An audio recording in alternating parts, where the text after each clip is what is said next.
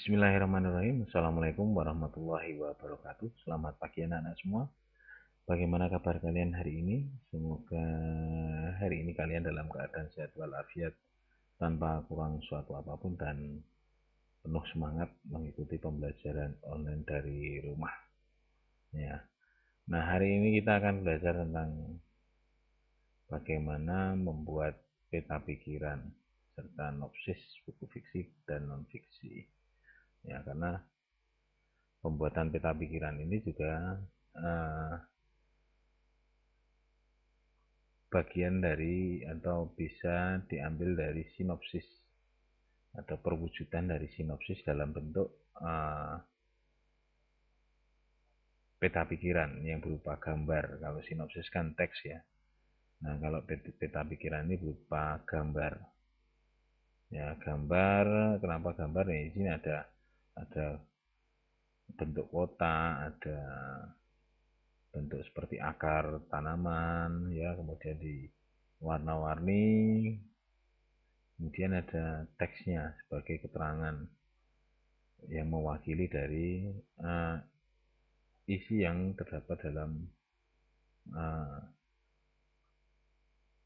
bahasan, isi dari bahasan. Misalnya kalau yang kita bahas tentang cerpen ya judul cerpennya ada di tengah, kemudian kalau novel judul novelnya juga ada di tengah.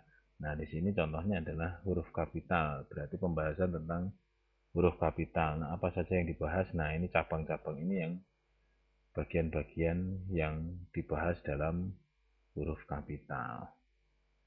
Nah, kita awali dengan bagaimana apa itu tentang sinopsis ya. Sinopsis sama dengan ringkasan, rangkuman atau intisar. Ya, ringkasan dari biasanya kalau sinopsis itu yang dibuat berasal dari cerpen atau novel.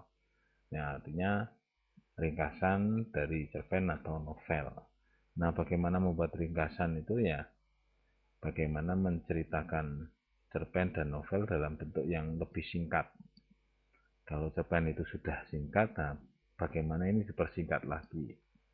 Nah, isi sinopsis sendiri ada judul, ada identitas tentang cerpennya atau novelnya, kemudian tokoh-tokoh di dalamnya apa saja, latar bagaimana, kemudian alur cerita secara garis besar. Ya, kalau di dalam cerpen atau novelnya sendiri kan dibahas secara detail. Nah, kalau dalam sinopsis atau ringkasan ini jalan cerita tapi secara garis besar yang disampaikan. Ya, langkah-langkah menyusun sinopsis. Nah, di bagian sini ada satu, membaca buku dari awal sampai akhir dulu. Cerpen itu dibaca secara lengkap dari awal hingga akhir. Kemudian mencatat pokok-pokok dari isi cerpen atau novelnya. Setelah itu disusun pokok-pokok isi cerpen atau novelnya. Nah, di bagian nomor 2 ini ditulis pokok-pokoknya secara urut. Urutan dari kalau novel dari awal, dari halaman 1 sampai misalnya halaman 1 sampai 100. Ya, ditulis urut, tapi tidak urut kemudian halaman 1, 2, 3 ditulis terus sampai 100 semua. Nah, nanti itu bukan ringkasan. Ya, tapi justru menulis ulang novel. Nah, yang dimaksud ringkasan ini menulis dari gagasan-gagasan. Ada biasanya kalau kalian baca novel ada bagian 1, bagian 2 atau latar tempat atau waktu ya yang dicantumkan pada novel. Nah, kalau cerpen kan karena bentuknya pendek, ceritanya lebih pendek, maka harus disimpulkan dari paragraf 1, 2, 3 dan seterusnya hingga akhir. Pokok-pokoknya apa saja, kemudian yang bagian menarik apa dipilih, tapi disampaikan secara berurutan, jangan terpecah-pecah. Nah, kalau sudah kemudian dituangkan dalam bentuk peta konsep. Nah, peta konsep ini membacanya searah jarum jam. Ya, nah kalian bisa mengawalinya bisa dari atas atau bisa dari kiri berputar ke kanan atau dari atas bergerak ke kanan untuk memahami peta konsepnya. Ya, bukan kemudian ke kiri. Kenapa? Kebiasaan kita adalah membaca teks itu dari kiri ke kanan, searah jarum jam berputar. Nah, poin-poin penting atau pokok-pokok isi yang terdapat dalam cerpen atau novel itu dituangkan dalam peta konsep ini. Jadi bisa dibentuk cabang, bisa bentuk lingkaran, atau bisa seperti ini. Ya, misalnya di sini ada contoh si Jamin dan si Johan. Ya, si Jamin dan si Johan. Nah, ini berputarnya ke arah kanan kan. Masa duka bagian 1, bagian 2 adalah bertemu keluarga baik hati. Kemudian bagian 3 ada mengalami kecelakaan. Bagian keempat menuju bahagia. Nah, peta konsep ini berputarnya mengikuti arah jarum jam. Ya, mengarah ke kanan. Nah, di masa duka bagian 1 ini apa saja yang terjadi diurutkan. Ya, begitu juga di bagian 2, 3, dan 4. Nah, ini contoh peta pikiran atau peta konsep. Nah, di sini ada sinopsisnya. Nah, kalian bisa memperhatikan dari sinopsis si Jamin dan si Johan. Nah, di atasnya ini adalah contoh peta konsep dari si Jamin dan si Johan.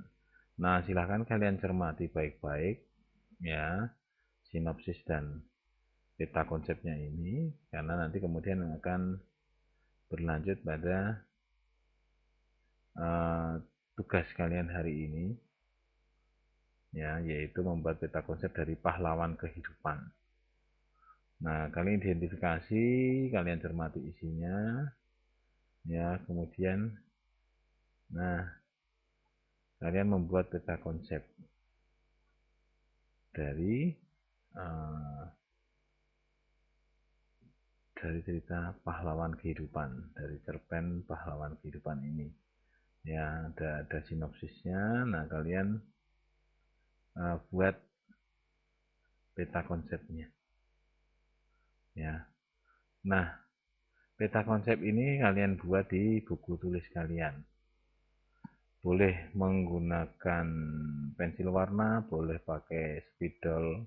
Yang penting kreativitas kalian bagaimana membuat peta konsep yang menarik. Nah, itu kalian kerjakan di buku tulis. Kemudian jika sudah, seperti biasa, kalian foto pekerjaan kalian yang di buku tulis itu, kemudian dikirim ke bagian tugas pada portal kalian. Nah, jika kesulitan, bisa kalian kirim ke Google Form yang tercantum di lembar tugas pada portal kalian. Ya, pada portal siswa itu kan ada bagian tugas, kalian download materi tugasnya. Nah, di situ ada link untuk pengumpulan tugas dari hari ini. Ya. Nah, kalian kirim, jika kalian kesulitan, kalian kirim di Google Form. Nah, kalau di portal itu kan ada tuh tugasnya, kemudian ada bagian untuk pengiriman tugas di portal siswa. Nah, kalau pengiriman di portal siswa itu mengalami kesulitan, kalian bisa kirim ke link yang ada di materi tugas hari ini. Nah, tak lupa juga Ustadz kirimkan link untuk pengumpulan tugas yang minggu kemarin ketika kita kelas conference. Nah, jangan lupa tugasnya apa saja, saksikan di video yang ditayangkan, termasuk hari ini. Ya, karena tugas itu ada di, atau perintah tugas itu terdapat di videonya, bukan di lembar tugas saja. Nah, begitu saya kira anak-anak, jika nanti ada pertanyaan, kalian bisa menghubungi WhatsApp pribadi Ustadz seperti biasa.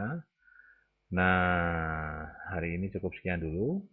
Salam untuk keluarga di rumah.